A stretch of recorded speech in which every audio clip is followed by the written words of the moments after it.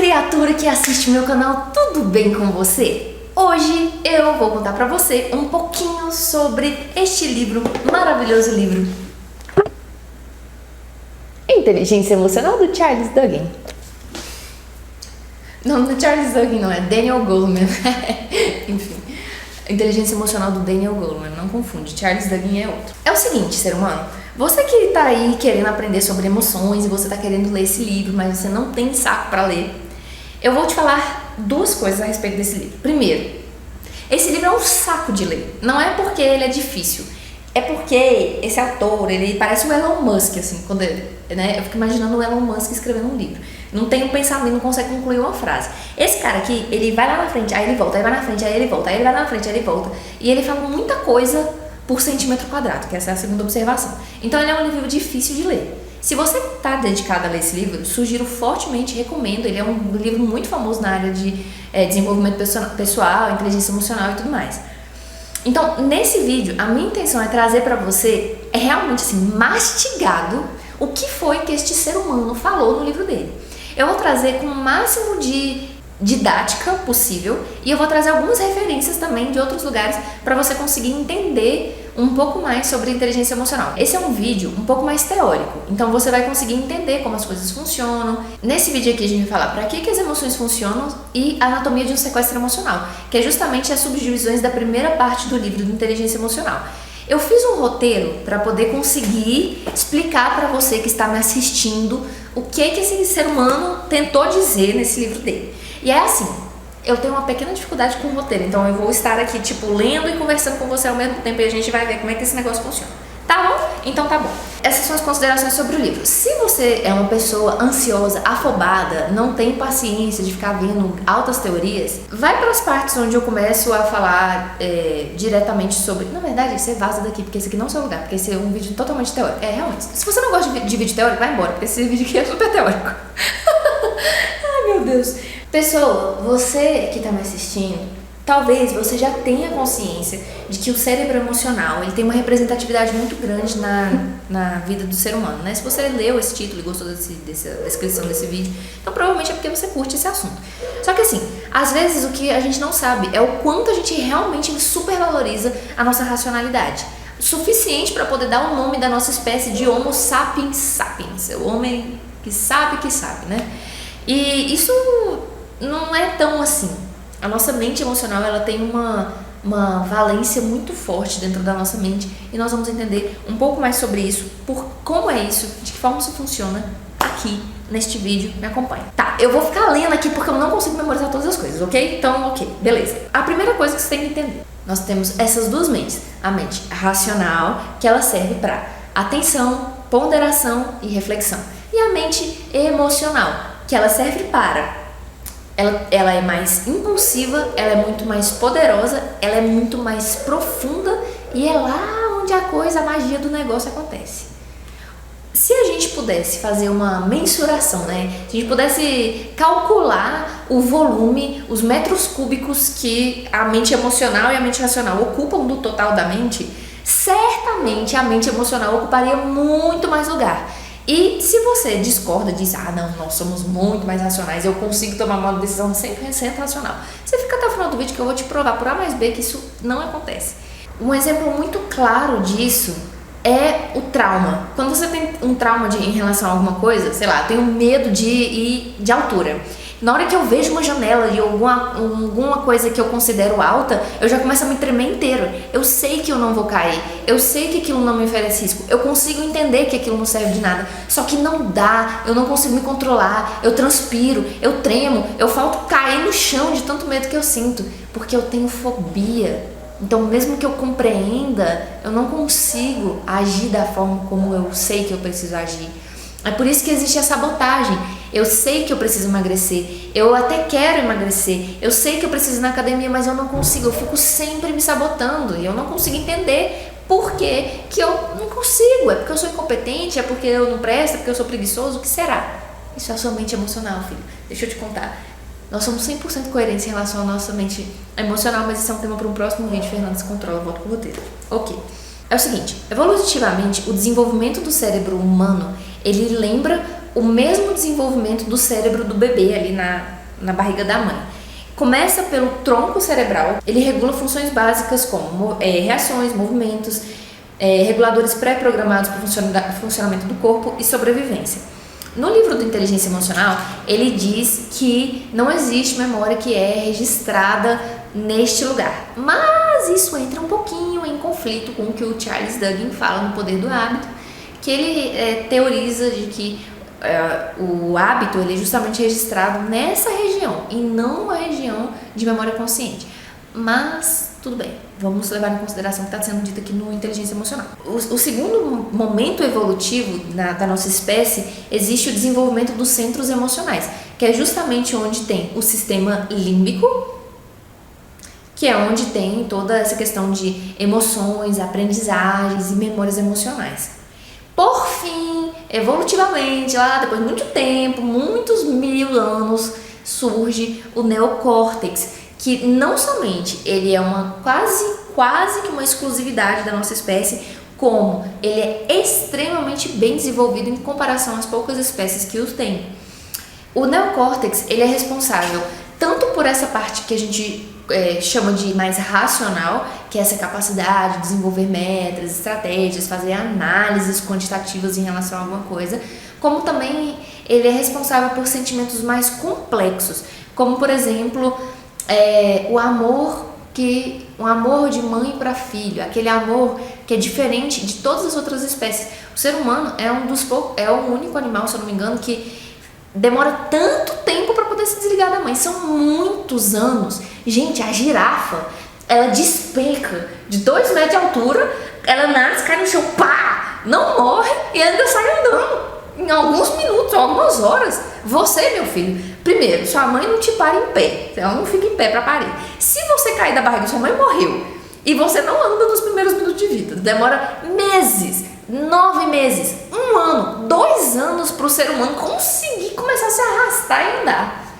Então, esse sentimento mais complexo de mãe e filho que existe na espécie humana também é responsabilidade do neocórtex, ou pelo menos assim diz nosso querido autor neste livro aqui.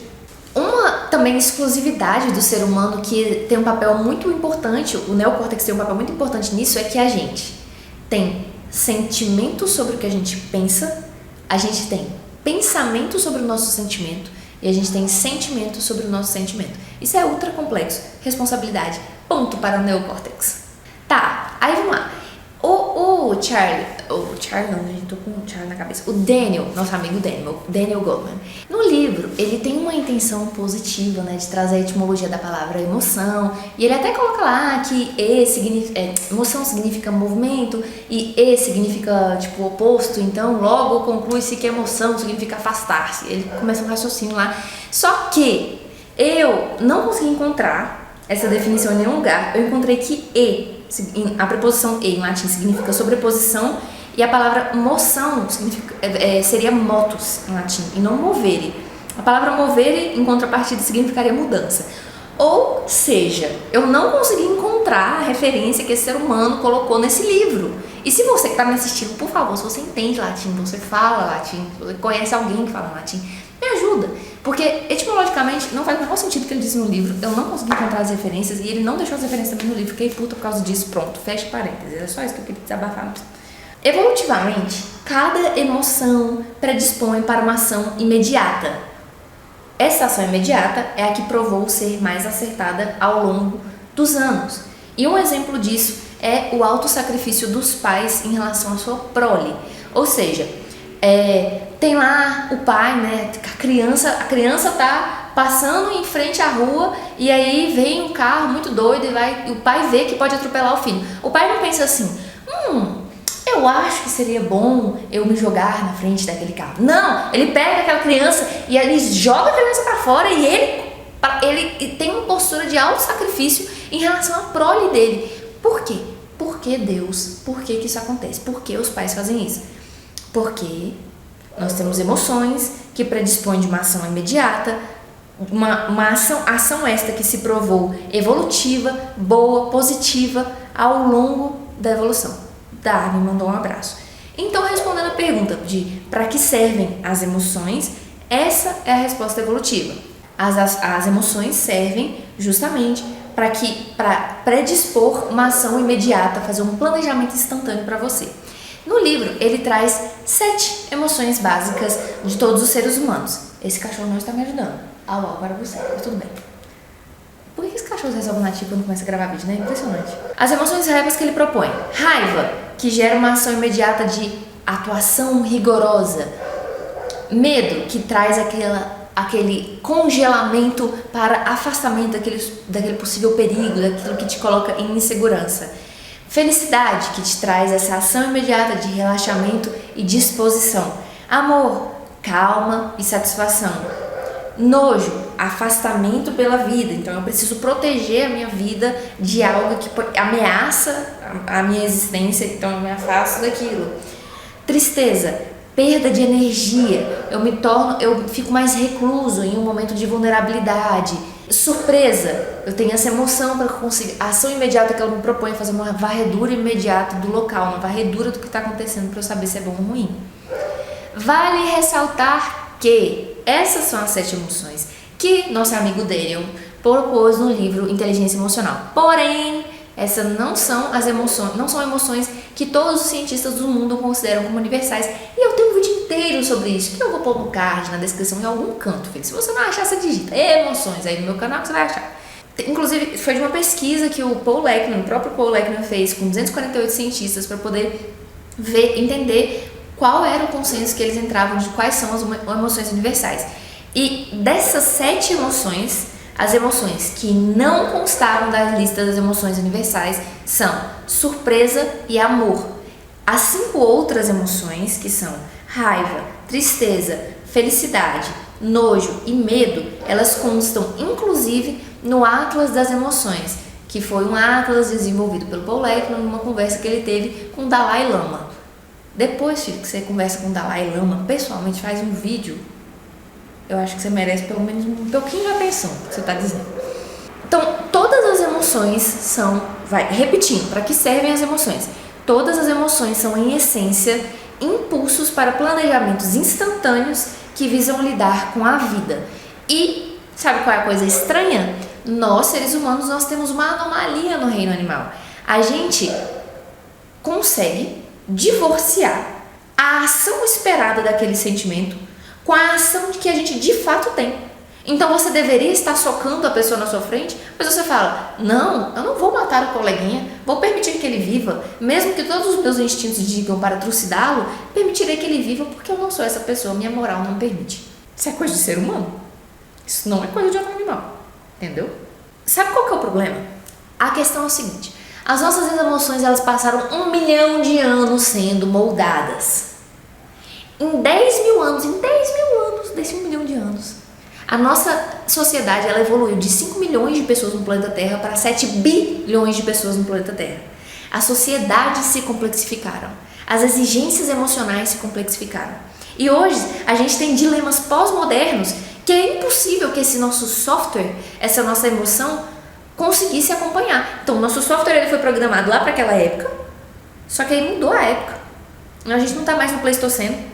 E agora a gente tem um dilema, tipo assim, eu tô na internet, tô conectado com 10 mil pessoas, eu tenho 10 mil amigos, só que eu me sinto sozinho. Só que eu não consigo entender, minha emoção não consegue entender que eu estou junto, porém sozinho. Entende? Esses são dilemas pós-modernos, justamente que ocorrem por causa dessa ruptura, do que a nossa emoção foi formada para ser e o que a gente de fato vive numa era de uma evolução tão rápida. Fernanda, você disse que há um divórcio entre a ação que é esperada da minha emoção e a ação que eu de fato tenho. Porém, eu sou uma pessoa descontrolada. Quando eu vejo um negócio, eu vou lá e realmente eu quero atacar aquela pessoa e eu tenho um ataque de fúria. Por que isso acontece? Céus! Calma, querido pimpolho. Para tudo há uma explicação. Sequestro emocional. Seja bem-vindo a este conceito. O que é um sequestro emocional? A minha cola fala. Sequestro emocional. Um centro no cérebro límbico proclama emergência, recrutando todo o resto do cérebro para um plano de urgência. Não entendeu? Eu te explico. Você lembra aquela vez? Sabe qual vez? Que você teve uma risada descontrolada? Completamente descabida? Começou a rir. Rir descontroladamente por algum motivo que você nem lembrava mais por quê, mas tava rindo. Começou a rir descontroladamente. Sabe aquele momento que você teve um ataque de fúria, quase quebrou tudo, externamente ou internamente, mas você teve um ataque de fúria? Pois é, querido. Este foi o momento que você teve um sequestro emocional. Você teve um pane no seu sistema e você ficou completamente tomado pela sua emoção. Sabe qual é uma característica típica de um sequestro emocional? Você não sabe o que aconteceu. Você tem tipo uma amnésia temporária e fala assim, meu Deus, como que isso aconteceu? Não me lembro de eu chegar nesse estado. Como que eu me permiti isso acontecer? Não permitiu. Aí que tá, eu vou te explicar como é que isso acontece. Vem comigo, para poder conseguir entender melhor a anatomia do sequestro emocional, eu preciso te explicar algumas coisas. A primeira coisa, hipocampo. Sabe hipocampo? Hipocampo é uma partezinha lá do seu cérebro, bem aqui, que ele é responsável pela memória linear. Ou seja, eu me lembro o que eu comi ontem. Eu me lembro de caminhar pela estrada, ver uma árvore, uma folha, um pássaro, vi 3 pessoas andando na pista. Isso é uma memória linear. Qual que é a diferença? Tá, mas ok, memória linear, mas não é só assim que eu me lembro das coisas. Aguarde, sabe por quê? O Joseph Ledoux, que é um neurocientista francês, ele fala que a protagonista da nossa memória não é o hipocampo, meu querido amigo. Você achava que era a sua memória? Não é ela que é a protagonista. A protagonista é a amígdala cortical. Você sabe quem é essa pessoa? Vou te contar, porque ela habita em ti, aí dentro de ti. Sabe qual que é o tamanho dela? Deste tamanho aqui, ó. Do tamanho de uma amêndoa. Amígdala. E ela fica aqui, ó. Nessa parte aqui de trás. Sabe pra que ela serve? Vamos lá. A amígdala cortical funciona como um depósito de memória emocional. Você se lembra que você esteve ontem lá naquela estrada que tinham 3 pessoas, uma placa e uma árvore? E você se lembra que foi muito bom estar lá e que você estava feliz. Quando você lembra daquele lugar, você imediatamente fica feliz. Ou você ouve uma música que você sabe a letra, você sabe até o dia que você ouviu essa música. Só que o que te faz chorar, o que te faz ficar triste, é a amígdala cortical, porque ela te lembra que foi no dia que você terminou com aquele seu primeiro amorzinho, com o seu peguete, você estava apaixonado. Pois é, amígdala cortical. Sabe o que acontece? Aí você fala assim, já sei, para eu parar de ter sequestros emocionais e essas emoções descabidas, cortá-la-ei, arrancar-lhe-ei de mim essa tal dessa amígdala cortical. Não, querido, você não vai fazer isso e eu vou te explicar por quê. Se você arranca a amígdala cortical, você tem um negócio chamado cegueira emocional. Sabe o que isso significa? Você não sente medo, você não sente raiva. Os animais que tiveram sua amígdala cortical retirada por algum motivo, eles não fazem a menor ideia de qual era o lugar deles na hierarquia social. Nem chorar, nem a lágrima você não tem sem a sua amígdala cortical. Apático, você morre, um zumbi. Tá vivo, mas não tá. A amígdala é ruim, mas é boa. É boa, mas é ruim. Um grande complexo da vida do ser humano. Vem comigo. É o seguinte. Aí, a amígdala cortical e o hipocampo, como você pode perceber, são amiguinhos. Eles juntos, o que eles fazem? Te ajudam a lembrar o que aconteceu e como você se sentiu quando aquilo aconteceu, né? Então eles são amigos, eles ficam trabalhando juntos. O que acontece? Mas o que de fato é a amígdala cortical? Como que eu posso resumir quem é este ser que habita em ti? A amígdala cortical, ela funciona como uma sentinela emocional dotada de um botão de pânico para poder declarar estado de emergência. A memória da amígdala cortical, ela é associativa. Ela pega elementos chaves do que está acontecendo. Ela fica assim, pip, pip. Ela fica ali, ó, só vigiando o que está acontecendo. Pra quê? Sabe pra quê? Porque se tiver qualquer problema, ela já gira um pano no seu sistema aí, te faz ficar muito doido e não te deixa entrar em contato com aquilo que te pode causar dor, medo, raiva, qualquer sentimento negativo que ela acha que vai te prejudicar. E aí o que acontece? A cada nova memória emocional, cada vez que você se emociona, você grava lá na sua memória, na sua amígdala cortical, um troço. Você grava de forma associativa. Qual que é o circuito? Quero entender o circuito neurológico, Fernanda, de como isso funciona. Seguinte, ser humano, presta atenção. Tudo que você ouve e vê, principalmente que são os sensores, né, que estão mais ativos, ele vai pro tálamo. E do tálamo, ele tipo gera um rastilho neural para a amígdala. o circuito é olhos, ouvidos, tálamo, neocórtex. Aqui do tálamo tem um rastilho neural para a amígdala. Ela fica realmente assim, ó, só de bituca, enfiando o nariz assim de onde não dá conta dela. A memória, o estímulo não passa por ela. Tem um rastilho que vai para ela, como se fosse uma sentinela emocional, vigiando o que está acontecendo aí com você. Como eu falei para você, memória associativa. Ela pega um elemento chave do que está acontecendo e ela associa com alguma coisa que já aconteceu no passado. Sabe qual é a falha desse sistema, ser humano? Eu te conto. Existe uma emoção pré-cognitiva. Então você tem uma emoção antes de você ter a possibilidade de ter cognição, ou seja, ter percepção e entender o que é que você está sentindo. Ou seja, você age antes de plena confirmação. Ou seja, falha. Falha por quê? Porque o problema está no presente, só que você tem uma reação obsoleta.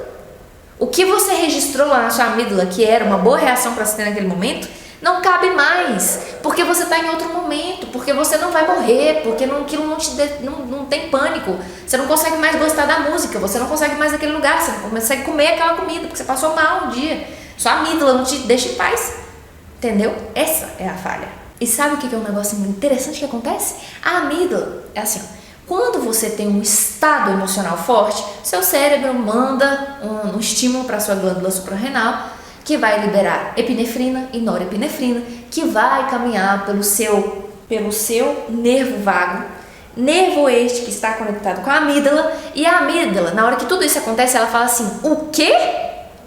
Tá emocionada? Essa pessoa tá emocionada? Eu vou registrar com brasa, vou registrar na pedra. Quando você tem um estado de emoção forte, a amígdala entende que ela tem que registrar de forma muito mais forte aquele sentimento. Daí, ele não fala isso no livro, mas eu tô te contando. Daí vem aquele negócio, a lei do sentimento dominante da hipnose. O que é a lei do sentimento dominante? Não importa quantas bilhões de vezes você passou por aquele lugar, não importa quantas bilhões de vezes aquilo aconteceu, você vai se lembrar do que te trouxe emoção mais forte. Você não se lembra da sua vida inteira, mas você se lembra dos fatos que te trouxeram mais emoção presente. Isso é a amígdala. Qual que é o desenvolvimento anatômico do circuito emocional? Primeiro, criancinha, está desenvolvendo. É apenas um pequeno grãozinho de arroz dentro da barriga da sua mãe. Primeira coisa que começa a desenvolver dentro, é óbvio, quando começa a desenvolver o cérebro, é a amígdala. Depois vem o hipocampo, depois vem o neocórtex. Eu não consegui encontrar um estudo científico que dissesse quando que exatamente termina a formação da amígdala, mas são meses de vida, isso é certeza. O hipocampo, ele tá tipo assim, no auge da formação dele até os 2, 3 anos de idade. Daí ele começa a desacelerar até continuar a ser formado na vida adulta. O neocórtex, ele termina a sua formação nos 25, 29 anos.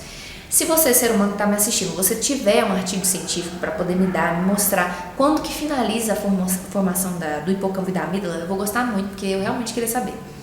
Mas o que acontece? É tão interessante isso, que geralmente as pessoas, inclusive, elas têm, quando você pergunta para elas quais são as memórias mais primitivas, quais são as primeiras memórias que a pessoa tem, ela geralmente lembra memórias ali por volta dos 3 anos de idade. Achou que era coincidência? Não é. É o seu hipocampo formando a sua memória linear. Lembra que ele serve para isso? Pois é. E o que acontece? Enquanto você está ali se formando, a amígdala, ela faz registros de planos brutos. Então ela registra ela faz aquela memória associativa com emoção, mas você não sabe por que é que você está sentindo aquilo. Você responde emocionalmente ao estímulo, hoje na vida adulta, mas você não sabe por quê. E aí, vamos relacionar os conhecimentos. Sabe Rápido e Devagar? O livro Rápido e Devagar? Lá no livro Rápido e Devagar, ele fala um pouco sobre a intuição. Ele fala sobre você saber que algo vai acontecer sem mesmo ter consciência de por que você sabe daquilo. E provavelmente isso pode ser da sua amígdala. A sua amígdala, ela sabe o que está acontecendo, ela saca dos rolês. Ela é a pessoa mais paranoica que existe dentro de você. Ela é a pessoa que fica registrando tudo que te pode causar perigo. Então, ela gera uma intuição, ela gera uma ação imediata em você, mesmo que você não tenha consciência sobre isso. Esse se chama de intuição. Aí, sabe o que é uma coisa interessante também? Olha só, você tem uma amígdala que desenvolve rápido, o hipocampo que demora um pouquinho mais e o neocórtex que é o último do último que vai desenvolver. Aliado a um baixo senso crítico na infância, voilà, você tem os ingredientes perfeitos para a culpa ser toda dos pais. Calma, viajei muito? Não, volta pra mim. Lembra que na psicologia, a culpa é sempre dos pais? O problema são sempre os pais? Pois é, não existe outro momento na sua vida que você tenha uma amígdala bem desenvolvida, memória associativa e memória emocional, com o hipocampo ainda em formação, memória linear, e o neocórtex, memória complexa, emoções complexas, racionalidade, senso crítico, ainda em desenvolvimento. Essa combinação só existe ali no período da infância e adolescência. Então, o input que os nossos pais dão pra gente, eles são gravados de uma forma muito mais forte. É natural que não exista nenhum outro momento da sua vida que você vai ter pessoas te contagiando tão forte quanto a figura materna e paterna. Por figura materna e paterna, é aquela pessoa que você julga como materna e paterna, e não o pai e a mãe em si, tá? Se foi um unicórnio que te criou, então é o unicórnio que é sua mãe e o boi é o seu pai, sei lá. Enfim, tá. A gente entendeu sobre o hipocampo, sobre a amígdala, agora a gente vai falar do administrador das emoções. Você sabe quem é essa pessoa? Eu vou te contar quem é o administrador das emoções. É o neocórtex. É o neocórtex. Olha só, a área pré-frontal do seu cérebro, essa parte aqui da frente, aqui, ó. Ela governa as reações que você tem sobre as suas emoções. Então, basicamente, o seu neocórtex pré-frontal está fazendo um cálculo de custo-benefício. Ele fica assim: calma, amígdala, relaxa, sossegue. Vale a pena matar essa pessoa? Não vale, então não vai matar. Vale a pena sair correndo? Calma, minha filha. Pode estar até dar tremedeira nas pernas, mas a gente não vai, calma, não desmaia. Entendeu? Isso é o seu neocórtex falando. Ele rege as ações sobre a sua emoção. Lembra? Ah, tá. E uma coisa muito louca. Sem o neocórtex pré-frontal, não há resposta sobre os impulsos. Sabe a lobotomia? A lobotomia que foi feita, muito famosa aí na época aí da medicina, até hoje existe. A pessoa, ela fica em um estado de apatia. Não porque ela não sente, mas porque ela não reage em relação às emoções que ela tem. Muito doido, né? Quando você fica interrompendo o circuito, não funciona. Ou seja, não arranca a amígdala, não arranca o neocórtex. Para de ficar querendo arrancar as partes do seu cérebro. Aí, olha só, lembra do circuito padrão. Tem um estímulo externo, ele vai ser processado no tálamo, daqui a pouco ele passa pelo tálamo, na verdade, e aí ele vai ser processado no neocórtex. O neocórtex gera a percepção. E só em caso de emergência que a amígdala é acionada para poder gerar um determinado estímulo. Certo? Aí tem uma coisa interessante. O lobo pré-frontal direito, ele é responsável pelas emoções ditas negativas, essas emoções como medo e agressividade. O lobo pré-frontal esquerdo, ele é responsável por modular essas emoções negativas. Então ele gera uma acalmia dessas emoções. Isso é muito interessante. Porque ele é responsável, é o lobo pré-frontal esquerdo que a gente entende como sendo responsável por moderar os impulsos da amígdala. Tá. Então, resumindo, um sequestro emocional, agora que você já entendeu esse tanto de conceito, o sequestro emocional, ele é uma equação seguinte: sequestro emocional igual botão de pânico da amígdala mais não ativação dos processos cognitivos do neocórtex. Aí vem, nossa, sério, fica junto aqui comigo que eu vou te falar a conclusão maravilhosa. Não tá no livro, tá? Mas isso foi uma coisa que eu concluí aqui na minha cabeça. Esperar para reagir, sabe assim, conta até 10 antes de reagir, faz todo sentido neurológico, faz todo sentido. Porque quando você aumenta o gap entre o que você sentiu e o que você reagiu, você literalmente está dando um tempo para poder a sua emoção ser processada pelo seu neocórtex. Então sim, faz todo sentido neurológico essa técnica de esperar para poder reagir a uma determinada emoção. E agora, para você que já está aqui, não sei quanto tempo faz de vídeo, vamos falar, última parte, harmonizando pensamento e emoção. Vamos lá. Se fosse possível dualizar, a amígdala e o sistema límbico, então seriam essa mente emocional, seria a emoção, que a gente chama vulgarmente de emoção, e o neocórtex seria o que a gente chama de razão. E agora eu vou te explicar um negócio sobre o desenvolvimento de crianças para você conseguir entender a conclusão lá embaixo. É o seguinte, existe um negócio chamado memória funcional.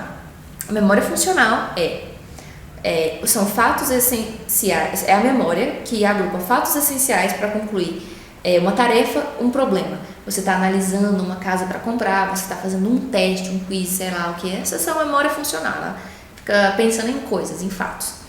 E o responsável por essa memória funcional, claro, é o córtex pré-frontal. E tem um negócio, uma outra coisa, guarda aqui essa informação. Aí tem uma outra coisa que é chamada estática neural. O que é essa estática neural?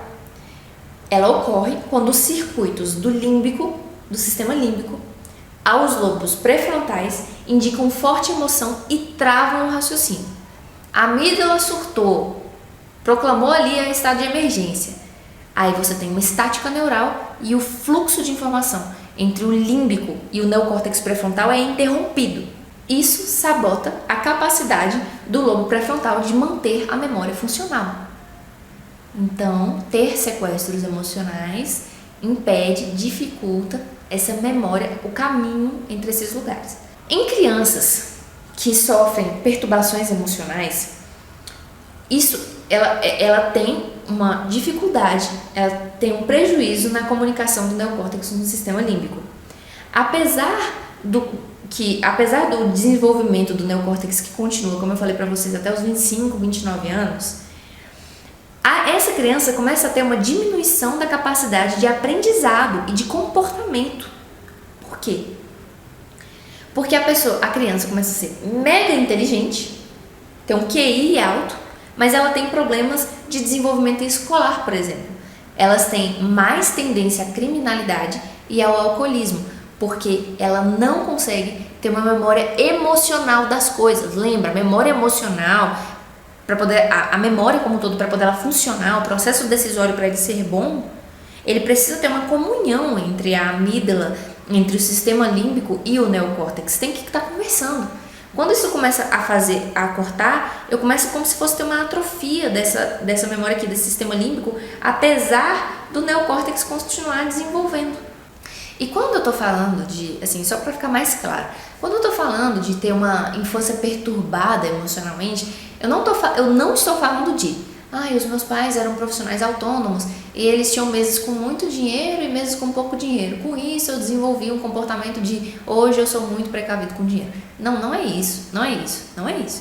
É perturbação, entendeu? É tipo assim, você tá toda hora com medo de alguma coisa errada, alguma moléstia acontecer com você. Tipo, você é uma pessoa muito estabanada e você deixa as coisas caírem naturalmente, mas sempre quando você deixa alguma coisa cair ou o copo quebrar, alguma coisa, você é espancado até quase desmaiar mesmo, porque o seu pai, sua mãe, sei lá quem, te bate assim, te espanca. Ou eu sou uma pessoa que vivo tendo crise alérgica, eu sou uma criança, vivo tendo crise alérgica, tuço muito. Só que tossir incomoda meu pai, minha mãe, sei lá quem, e eu levo um tapa na cara todas as vezes que eu tuço. Eu vivo em constante estado de alerta, quase sufocamento, porque tenho pânico disso.